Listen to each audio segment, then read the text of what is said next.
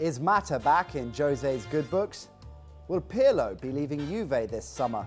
And who's the latest Bundesliga star on Wenger's list? Joining me today are international football writer Peter Staunton and goal correspondent Greg Stobart. I'm Nat Coombs and this is Transfer Talk.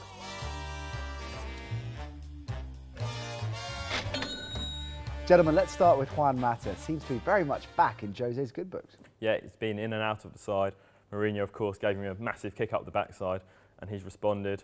It looks like, for now at least, he's back in Mourinho's plans. Greg, your piece about it on goal very much suggested that it was Mourinho up to his old tricks, the mind game master. Yeah, I was starting to doubt Mourinho a bit. I thought he'd made an error of judgment with Mata, but he's a master psychologist. He knows how to get the best out of players. He wanted more all-round from Mata, and I think he's going to get it. And Mata's a brilliant professional. He'll get his head down, he'll do it, and Mourinho will come out with a more rounded player, which he's done in the past with the likes of Ronaldo and Joe Cole. Pete, I guess no shortage of suitors for Mata if it doesn't go to Jose's plan. Who are the most likely targets that will come in for him if it doesn't play out?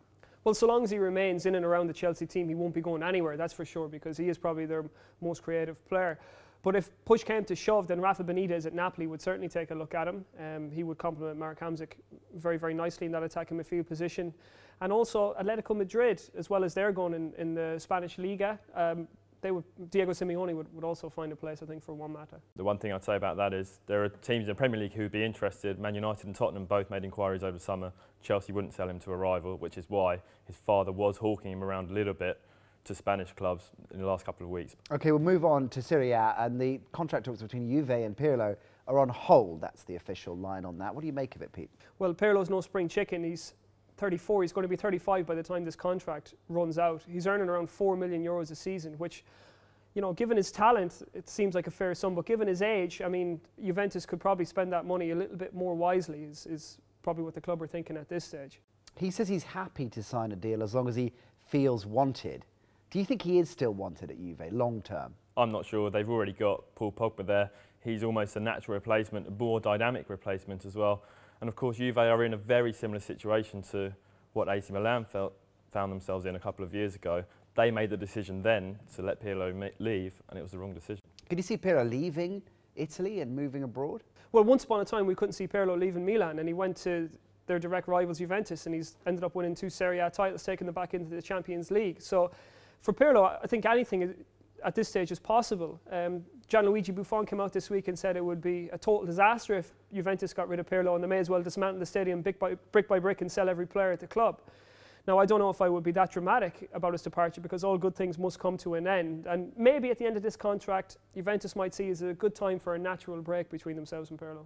All right, then that's what the guys think. What about you? Hashtag AskGoal. Should Pirlo stay or go at Juve? Right, we're going to move things on to the Bundesliga, gentlemen.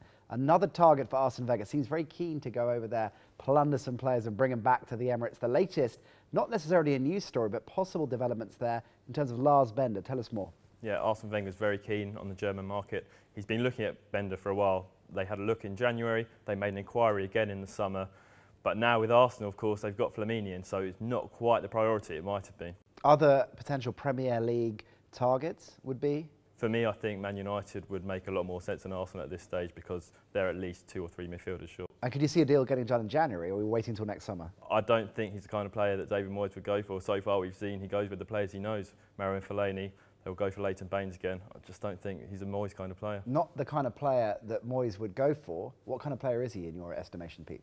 For me, Lars Bender, he's Leverkusen's most important player, and even including Stefan Kiesling in that. He's very, very dynamic in the midfield area, probably a more intelligent player than his brother, who plays for Borussia Dortmund, who's much more of a hatchet man, if you like. Bender is a very, very versatile player. We've seen him play at right back even for Germany, and he just seems to have fantastic football IQ, wonderful ability, great engine, good stamina, and a very good passer of the ball. But Rudi Völler came out this week and said there's been no offer so far, and they've no intention of selling. And do you anticipate this being a little bit of a trend now for Wenger to look at German players, or at least players that would develop within the Bundesliga, even if they've moved on? Well, once upon a time, of course, it was the French market he was looking at, but for a reason now he's looking into the German market, and you know, it kind of ticks all the boxes for Wenger. Over the last 10, 12 years, they've gone big on youth development, and he's got German players of various stages of their development. He's got senior internationals like Podolski and Mertesacker. He's got younger players then like Özil and Gnabry. And, you know, Bender really would fit that paradigm at Arsenal at the minute. Okay, guys, market leaders. This is where we've ranked our top 10 summer signings. You can see them on the screen right now. Isco, still very much top of the pile. Fair call? Fair call for me. He did have a wobble, obviously, in the weekend defeat to Atletico. It wasn't his type of game. But over the course of the season, I'm sure that Isco is going to prove the best value, the best player, best summer sign. High praise indeed. Do you agree with it, Greg? Yeah, he's been brilliant and more than justified the decision to sell Ozil to Arsenal. Okay, well, there is always room to get into the top 10 players bubbling under. Put your case forward, Pete. This week, I'm going to go for an outside contender. It's Gervinho, who moved from Arsenal to Roma. He looks a player reborn under Rudi Garcia, scored twice in the 5-0 demolition at Bologna at the weekend, has made Francesco Totti look 10 years younger. Altogether looks like the same type of player that was playing at Lille for Garcia, not the busted flush that played for Arsenal. Busted flush. For that phrase alone, you're in serious contention. Greg, how about you? Which player do you think isn't in the top 10 that possibly should be? For me, it's got to be Christian Eriksen. 11.6 million, one of Tottenham's cheapest summer signings. But for me, he could be the difference between them finishing 5th or 6th and in the top 3. They desperately needed that number 10, the playmaker, to pull the strings.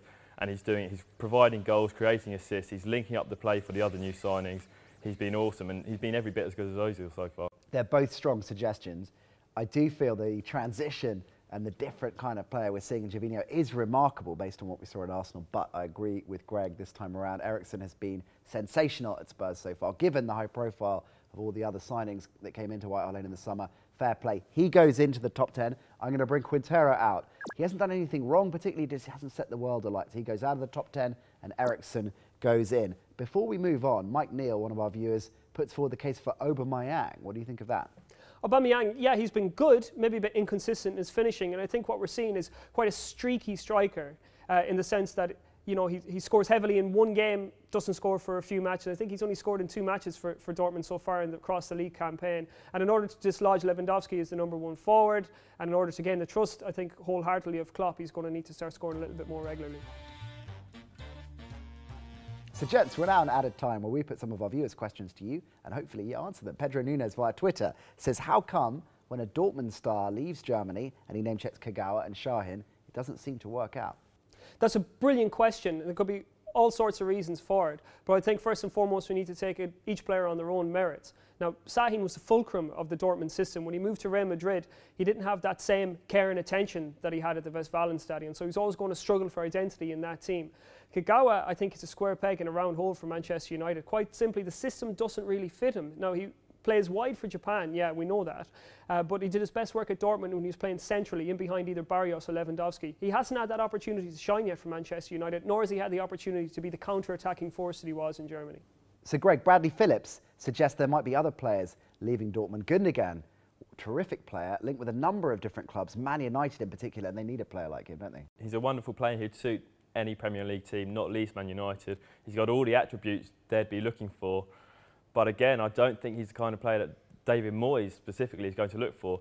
The team that are looking at Gundogan, again, we mentioned it earlier, Arsene Wenger looking at the German market. They've been looking very hard. I wouldn't be surprised if they make a move next summer. Okay, interesting stuff. All right, Pete, when I say numerous users, I'm talking many, many, many, reacted quite strongly to your suggestion in last week's show that Isco is 100 times better than Özil. So defend yourself, my friend.